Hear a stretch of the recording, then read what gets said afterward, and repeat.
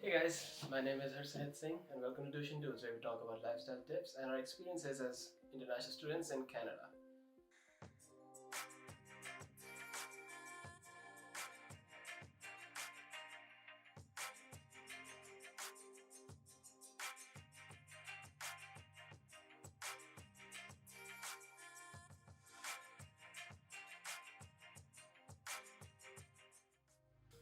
So recently, a lot of my friends have approached me to tell them a little bit more about finances and how they can manage their money to invest and how to grow their money in the long term.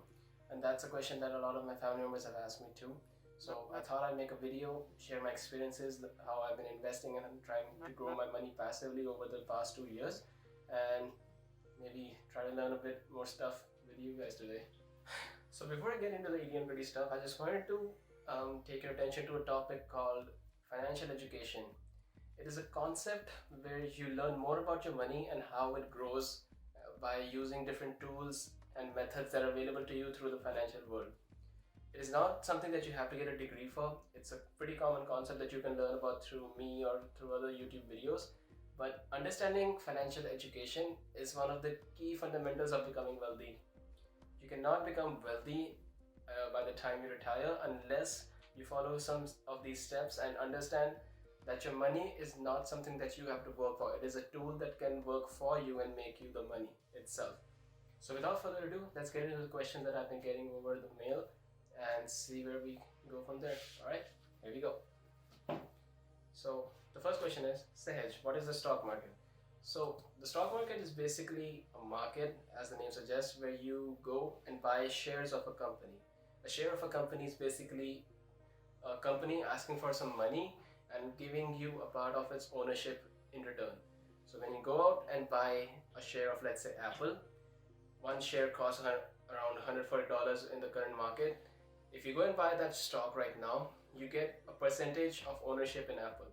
So whenever Apple makes a profit, your stock goes up, you make profit on that investment, or you maybe get a dividend in return as they share the profit with you as well.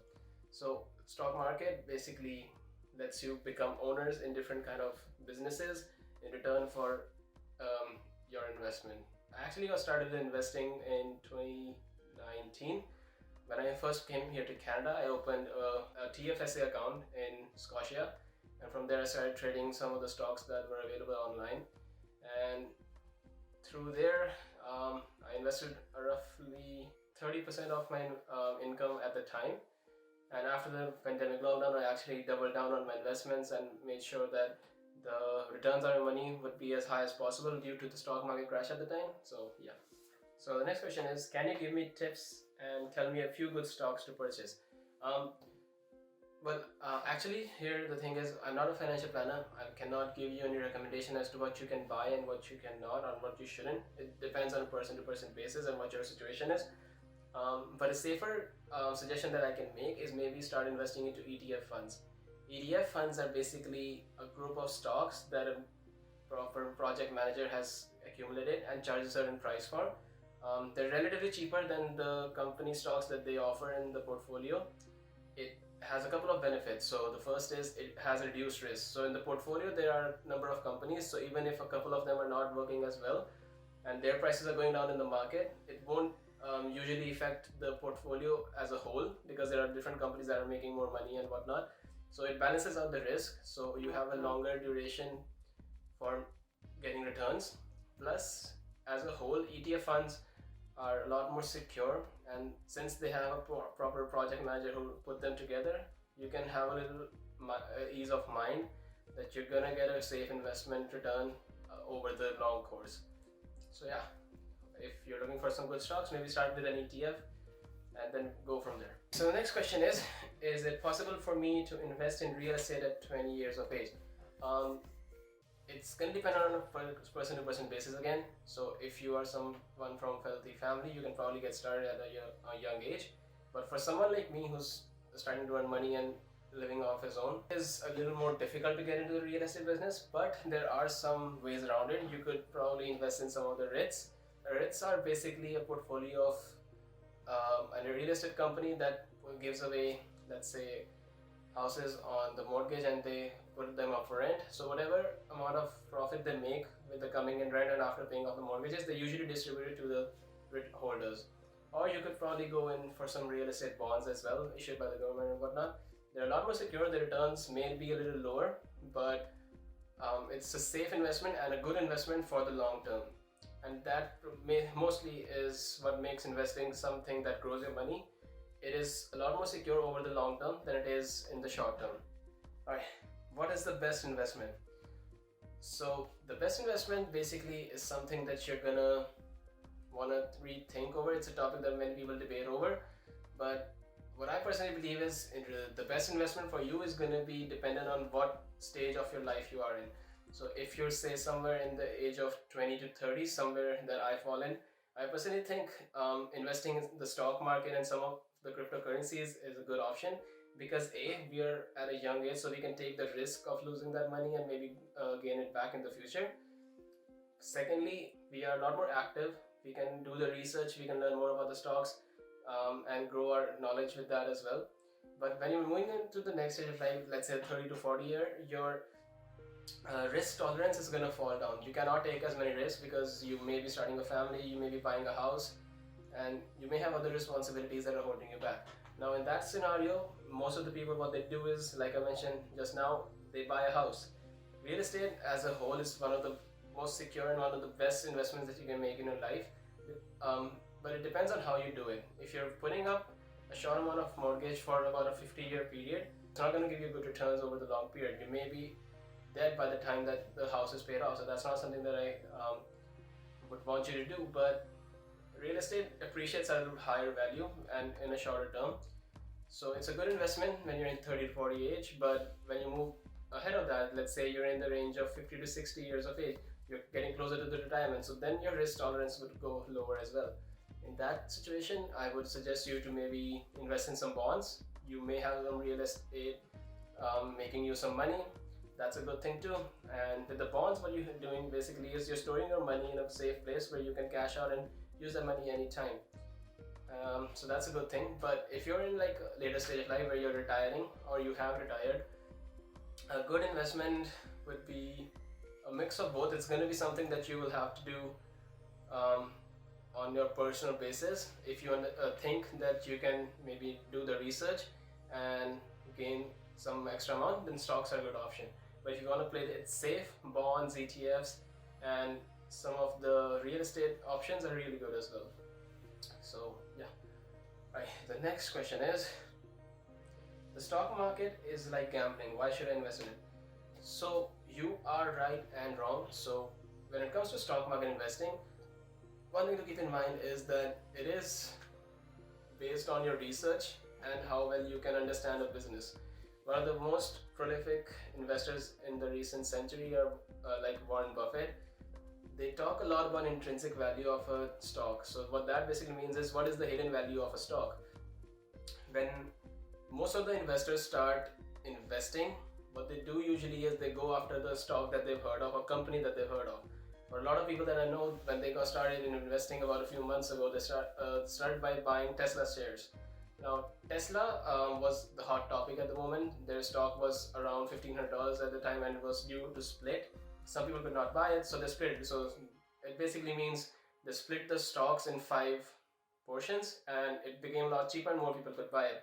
Still, Tesla was doing great. It was earning a lot of money. People were buying in. People started investing by buying Tesla. Now, what happens is, once the rage died down and people understood that the hype is over, the stock actually came down by a few percent, like 10 to 15% in the few following weeks. A lot of people lost a good amount of money. So that gives you another idea that how it can be a gambling. Like, many people would tell you the stock market, I lost all my money, and there will be issues like that, but that is mostly prevalent when the person who's buying the shares does not do the due research and just goes in and buys based on hype and what he thinks will be nice. When it comes to investing, you need to realize that when you're investing in a company, you need to understand the business entirely. You need to know the ins and outs of the business and how it will be affected with the economy. Of course, you cannot forecast what's going to happen, but you can generally get a good idea of it by how it's performed in the past and what are its future decisions, and what kind of people are working in the company itself. So keeping these things in mind can help you make a better decisions as an investor. Investing does give you a better return when you invest in the long run. And as an investor, you shouldn't go in trying to think you're going to be rich overnight. You have to understand you're going to be rich or wealthy by continuously investing and getting a safe return on it. Alright, so the last question now. How do I get started with investing? Of course, the big one comes at the end. Alright, so the answer to this is going to vary depending on which country you're in right now. So for me, in Canada, I started investing in 2019. I used an app called Wealthsimple Trade. It's a free app you can use and download from the Play Store right now if you want, if you're in Canada, that is. Now, the process is relatively simple. You go through the first application process and then the verification process. After that, you just connect your banking account with them and transfer the funds and start investing in whichever stocks you prefer. But if you're in a country like the US, you can use apps like Webull, Robinhood, and there's also Fidelity. So a couple of these websites are gonna charge you a certain amount of money per trade. It's not something that's gonna be a deal breaker because they offer you different tools for that as well. But if you're just starting out, I would suggest you using Robinhood or maybe Webull because there's no charge or fee related to any stock trading that you're doing there. So which is something that I would prefer if you're a beginner investor. And if you're in India, you can just go to your bank branch and let them know that you want to open a Demat account. The Demat account will let you buy and sell stocks and shares in the stock market. But if you want to make it a little easier, you can use applications like Zerodha or maybe even Grow. It's a newer application, but it's gaining a lot of popularity among the masses. Now, there are a couple of options when it comes to what kind of account you want to open in the US or in Canada. So if you're looking to save for retirement, if you're in the US, starting by using a Roth IRA for day trading and a 401k for retirement would be a good option.